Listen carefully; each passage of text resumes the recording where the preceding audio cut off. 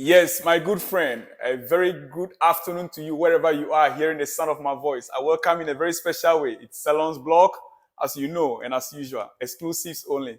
Yeah, like the video, share the video, and remember to subscribe to the channel if it's your first time. And when you subscribe, on that notification bell. So in case of any breaking news or exclusives, you'll be first to be notified. It's very important. Yeah. It's very important. Subscribe to the channel and like the video. Share it. Let your friends, get to know about what is happening in the football world. It's very, very, very important and interesting. The weekend games are coming. Today we have Europa matches that are coming up, but let's leave that aside for now. We hit Chelsea and some other news around first. Yeah, because we are blue. We are blue, right? Yes. The Champions League was played last night. A lot took place, but I didn't talk much about it because my focus now is on Chelsea and our weekend game. That should be our most interest, right? We can talk about every other thing, but the focus of this channel is Chelsea. Trust me. I said it about a month ago that I'll be delving into Manchester United, Manchester City, Liverpool, and Arsenal. But I realized that most of it didn't show any interest.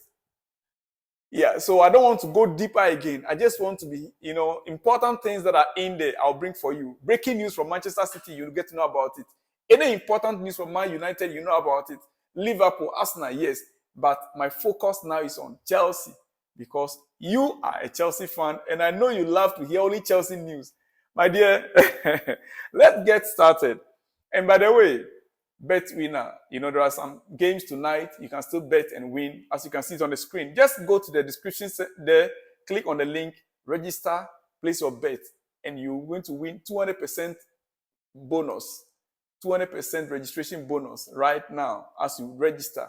And you win games because you are a Chelsea fan. And Chelsea, we always win, right? Great, great, great. We start with Chelsea. Right? Yes, we start with Chelsea. Yeah, and this is what Andy Townson has to say about Conor Gallagher. We take it from there. Andy Townson has to say this about Conor Gallagher. He said, Conor Gallagher really impressed me in recent weeks. I think he's played very well. I have said before that I am not quite sure if a Chelsea team that is going to get back into the top 4 whether Conor Gallagher will be part of that. But credit where it's due. He is part of it. I think he's taking on board everything that Pochettino's been throwing at him recently. And he's shown another side to his game. He can handle the ball in those tight areas. We've always known he can run and get in the box and disturb defenses that way. He's played with the ball very nicely. This is from Andy Townson. He's a footballer. I think he's retired now. Yeah, Andy Townson. All right. Conor Gallagher, that goes to you. Chelsea's target now is to fill any remaining positional gaps. Listen, Chelsea's target now is to fill any remaining positional gaps or add depth to the team so as to maximize Mauricio Pochettino's tactics. It is within that process that the Argentine will have a final say on any purchases. This is to clarify the position by the board and by the owners to give transfer issues or matters that Mauricio Pochettino will be involved or in charge fully in transfer matters, dictating which players to be signed, which players not to be signed. Where the market has gotten to right now and where the team has reached right now, they believe that Pochettino himself needs to be involved to identify the player that he needs to beef up the squad. He needs to be involved right now to identify the kind of player he needs, the areas that we are lacking players right now. For instance, in defense and in attack. Left center back and then forward in attack area. He himself should identify the player that he needs in those areas. That means that they did not left the whole deal for him from the beginning. But where the team has gotten to now, he as a coach can sit back. Who do I need now in this position? Who do I need now that can beef up this squad? What else do we need? He can identify those talents that are needed now. Okay? In order to stabilize the squad. He said it is within that process that Argentine will have a final say on any purchase. Positional gaps. Any remaining positional gaps or add depth. A squad like Chelsea must have depth on the bench. What Manchester City did very well in the past 3, 4, 5 years is that every season they try to add depth. In the sense that when you look at their bench can equally be as strong as the players that are on the pitch. The bench of Manchester City is equally strong as the players on the pitch. The 11 on the bench can equally play another match and they can still win. That is adding depth to your squad. And that is why they have given Pochettino the right opportunity now. What do you need now to add depth to the squad? That is the job they've given him now to do. Yes. And I believe that is what we're saying, that by January, he himself, he has already identified that we need a top-notch striker. And that is why we are hoping that the deal for Victor Osimhen will go through. Or Ivan Toney, we can never tell. Yeah, even though most of us, we are yearning for Victor Osimhen, we can never tell. It depends on how the market will be like. Knowing Napoli very well, the kind of games they like to play, we can never tell. Yeah. So they said it is within that process that the Argentine will have a final say on any purchase after a collaborative process with the recruitment team. So he's not just going to make the decisions alone. He will have to have a collaboration with the recruitment team,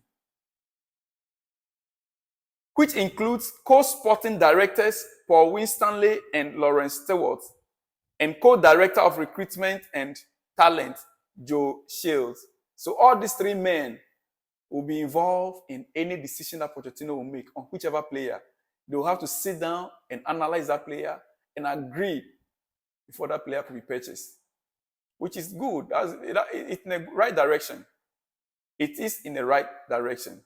All right, to other news, Everton are facing a 12-point deduction after the Premier League recommended a record-breaking punishment for allegedly breaking FFP rules, financial fair play rules.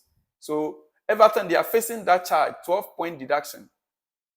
They are facing that charge now. But the question is, why Everton? Is it not last season or last 2 seasons when Man City had over 100 allegations against them, over 100 allegations, similar allegations of breaking the FFP rules, over 100, yet at the end of the day, nothing was found wrong about what Manchester City did. They were let go. They were not punished. Why Everton now? No, Premier League, they need to come again. They are using financial muscle of certain clubs to overrule certain things. Man City violated the rules more than 100 times last 2 seasons, but they were let go. Why now going to deduct 12 points from Everton? How much do they have already there? Anyway,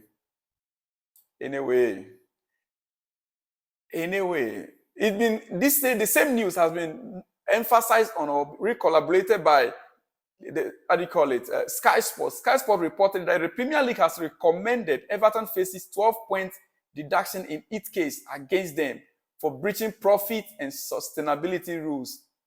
Profit and sustainability rules. That's from the Sky Sport reporting that also. In any case, we wait to see. All right, to other news as well. OGC Nice fullback Youssef Atta has officially been suspended for 7 games. French Federation confirmed that social media posts voicing support for Palestine. The sanction takes effect from Tuesday, October 31st, 2023 at 12 a.m. because he voiced out support for Palestinian people. I mean, the war in Israel, between Israel and Palestinians. He voiced out on the social media. So they are banning him. 7 games suspension. So football also now is because of football now, a player cannot talk or support any issue that is affecting him. Looking at his name, I believe he is a Muslim. Maybe he is from that area, he's an Arab. So for him to show support for his own people becomes a crime in the football world. Well, let me not delve into that. We leave that for God. Yeah. 7-game ban. Anyway. Sergio Aguero has this to say about Pep Guardiola. It is a shame Pep Guardiola couldn't convince Bellingham to join Erling Haaland at Man City. Great teams will always vie for great players. City has managed to get the upper hand on several important occasions. Like Haaland, sometimes it doesn't go this way. That's the way of the market. Yeah, he was surprised that Jude Bellingham did not, go to Man City. Even though Pep actually wanted him. Pep called him, but he rejected the call, he rejected the offer, and chose to go to Real Madrid. I heard somebody was asking questions. Somebody stated that even Haaland, because Haaland was not called by Real Madrid did not show interest in Haaland. If they had, Pep wouldn't have gotten him. If Real Madrid had showed interest in Haaland, Pep Guardiola wouldn't have gotten him. In Real Madrid, it is the club, the name, the brand that attract players, not the coach. But with Man City, it is the coach. It is the coach, Pep Guardiola, that is attracting the players, not the club. That is the difference. In Chelsea, it is the club that is attracting players, not the coach. My dear friend, let me leave it here. I will surely be back again with an exclusive. I'll see you when you see me. Shalom and peace.